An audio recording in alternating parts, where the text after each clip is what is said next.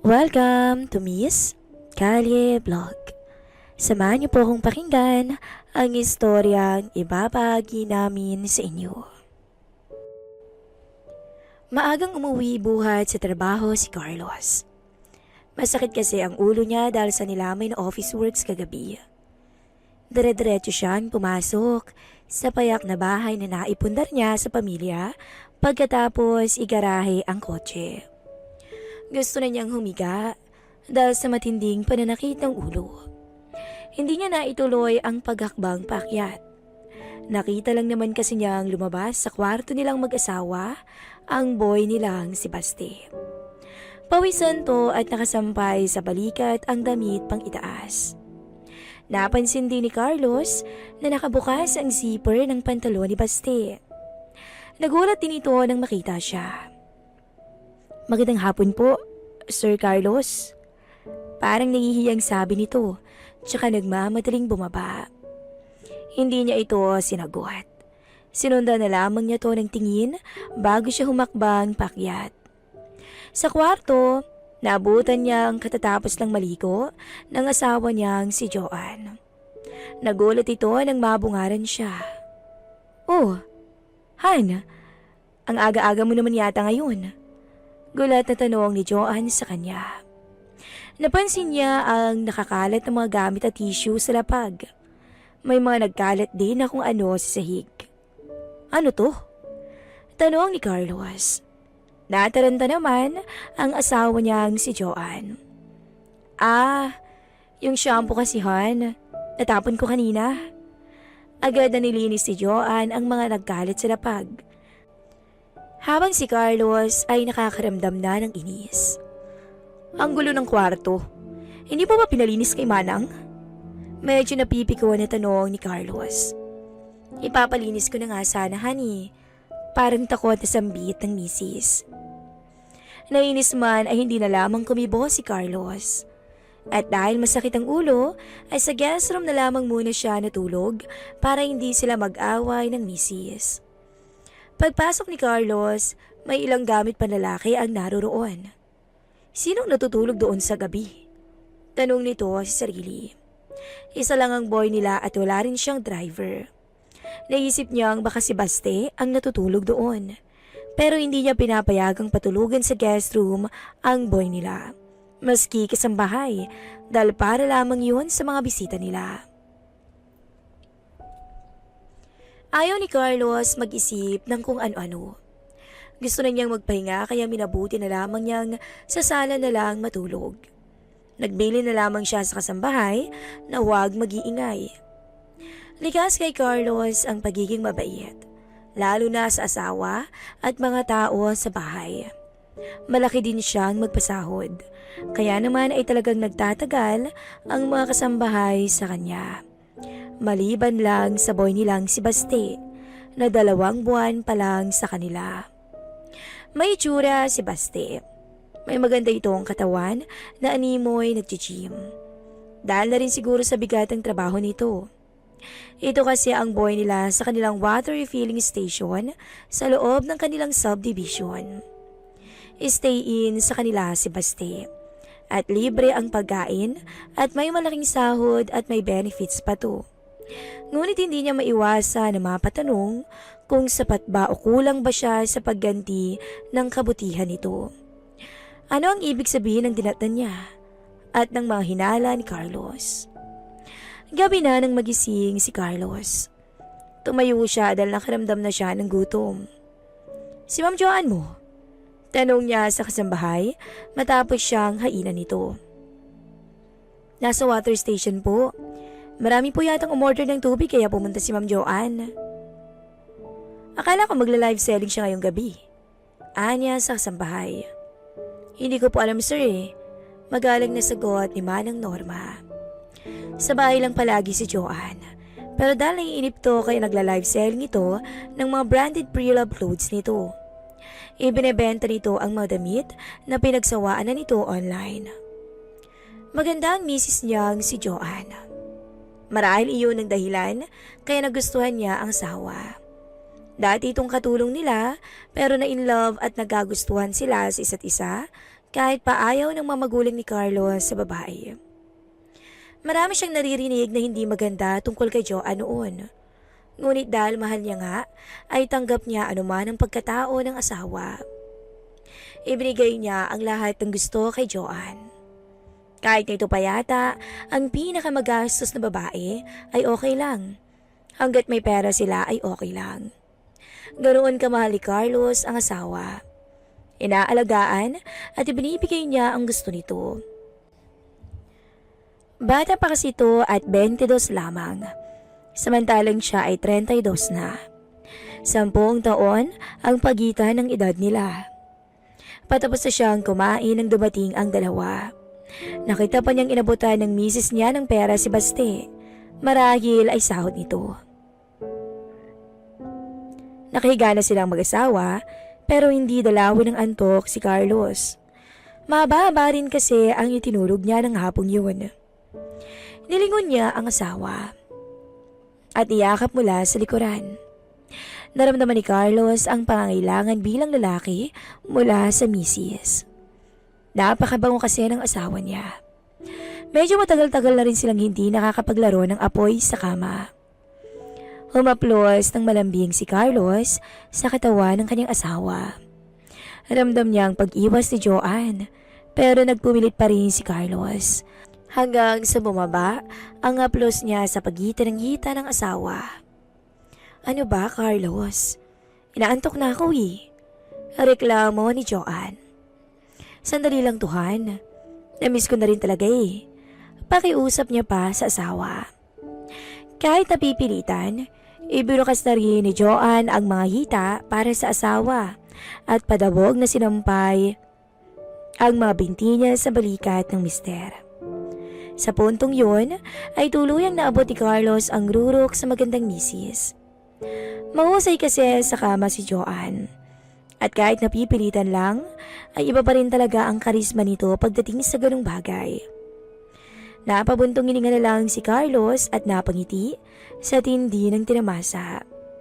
Labis na hingal at pawis ang natamo niya sa ibabaw ng kama.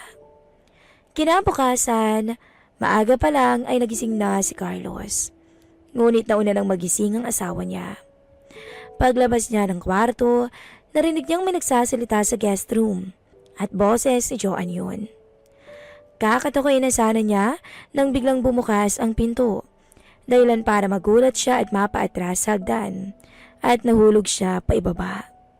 Tumama ang noo niya sa hagdan kaya nanlabo ang paningin ni Carlos at nawala ng malay. Nang makising si Carlos ay nasa ospital na siya. Wala si Joanne sa tabi niya. Tanging ang doktor lang ang naroon. Medyo nanlalabo pa ang paningin niya. Mabuti na lamang ay hindi napuruhan ng mata mo dahil kung nagkataon, maaari mo tong ikabulag, sabi ng doktor. Dahil sa sinabi ng doktor ay nagkaroon ng idea si Carlos. Sa totoo lang, gustong-gusto niyang malaman at makita kung totoo nga na niloloko siya ng asawa niya. Kaya kinausap niya ang doktor na sumuri sa kanya. O ngayon, bulag ka na. Huwag ka nang pasaway para manumbalik yung paningin mo. Yun ang bilin ng doktor. Napatungo na lang si Carlos sa sinabi ni Joanne. Nakauwi na sila sa bahay. Gaya ng plano niya, yun nga ang sinabi ng doktor sa asawa niya. Panantalian siyang bulag at babalik din naman ang paningin kapag hindi siya nagpasaway. Alam ko. Salamat Joanne. Pasensya na. Saad ni Carlos. Huwag ka nang humingi ng pasensya. Basta manatili ka na lang sa kwarto para makapagpahinga ka at mabilis ang recovery mo. Hindi naman tayo mamumulubi. Malakas ang water station. Ang mahalaga ngayon gumaling ka. Maalalahanin naman talaga si Joanne. Normal sa kanya yun. Bagay na minahal din ni Carlos dito. Kaya nakakahinayang naman kung tama ang kanyang hinala. Ewan niya. Hindi pa niya alam kung ano ang gagawin niya kung sakali na tama nga ang hinala niya. Lumipas ang 4 na araw. Tsaka palang naulinikan ni Carlos ang nagaganap sa misis at sa boy nila. Isang gabi. Iinom lang sana siya ng tubig nang marinig niya na naman na tila may nag-uusap sa kwarto. Siya ang nagpagawa ng bahay na yun, kaya kabisado niya ang mga siwang. Kahit kumakabog ang puso, dahan-dahan na dumungo si Carlos sa isang maliit na siwang na pinaglagyan ng pako. At doon, bumungad sa kanyang tanawi na hindi kailanman na naisin ng kahit sino mang mister na masaksihan. Si Joanne, humahalinghing habang abot langit ang ngiting pinagsasawaan ng boy nila na si Baste. Walang tubig pero pilit na lumalangoy ang makirinyang misis. Lumalangoy sa kiliti at taplos ng binata. Dagdagan mo ng kulay ube ha? Para masusahin ko pa, sagot ni Baste. Oo naman Baste, malakas ka sa akin eh.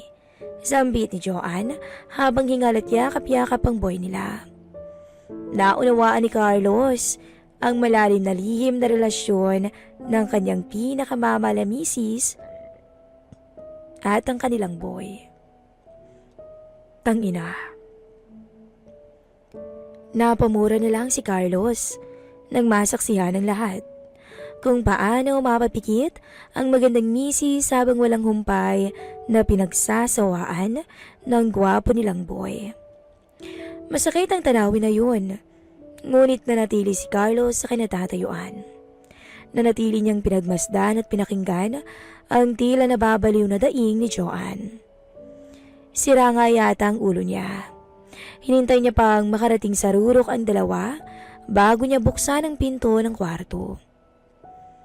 Lumayas kayong dalawa sa bahay na to. Nagulat sina Joanne at Baste. Kahit nagkagulatan na, hinanap pa ng mga tuwang suot at kasihod ang sinuot sa mabilis na paraan. Yung Baste, dali-dalang dinampot din ng pera na panay kulay ube. Carlos? Hindi ka bulag? Nagawa pang itanong ni Joanne. Hindi. Kinasabwat ko lang ang doktor para mahuli ang kataksilan mo.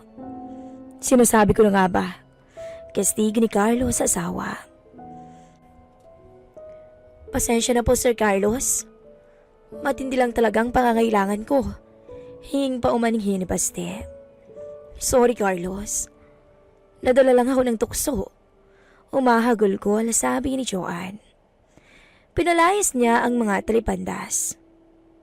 Ngunit siguro nga, kapag may pinagsamaan kayo, mabilis na lalambot ang puso mo. Isang araw kasi, bumungad ulit sa kanila si Joanne. Mugto ang mga mata at may hawak na reseta.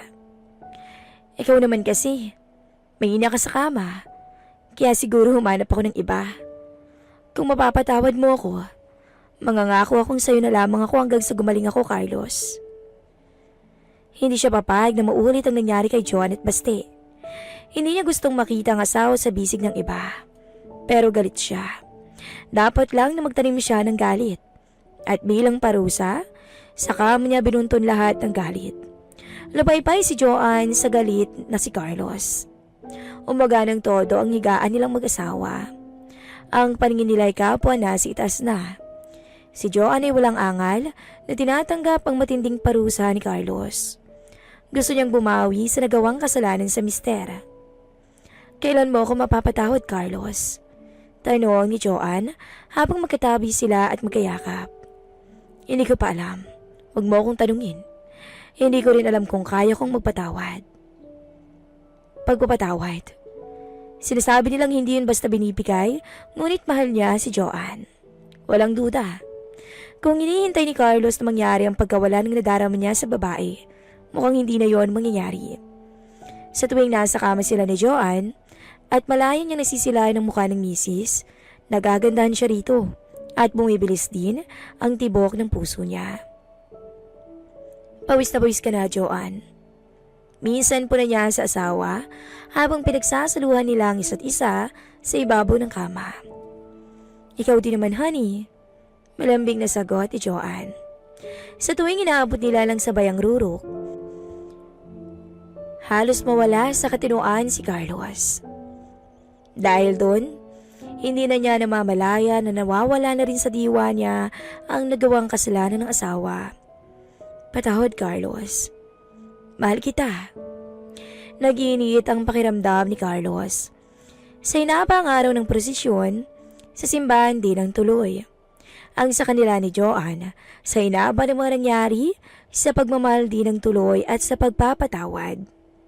Nang mga sumunod na araw, naging bisita nila si Baste, kasama ang asawa nito. Nanalo raw sa sugal, kaya sinusori na ang mga nakamkam sa misis niya. Hindi naman kawalan kay Carlos ang halaga na yun, pero sa pagiging tao ni Baste sa paghingi ng tawad, tinanggap niya ang bayad. At hindi niya akalain na ihingi rin siya ng pasalamat dito. Nasa mga panahon na hindi niya kinayang tugunan ang pangangailangan ng misis, daroon ito. Sabi nga, ang lahat ng pangyayari ay may dahilan. Nagkataon man na ganoon ang naganap sa kanila, ayos lang. Sa dulo, nagkapatawaran din sila at mas tumibay sila ni Joanne dahil doon. Hanggang dito na lang po ang ating istorya. At salamat sa mga pakikinig. Sa mga gustong ipaalam ang naging reaksyon ng ating istorya, just comment down below, mga bebe.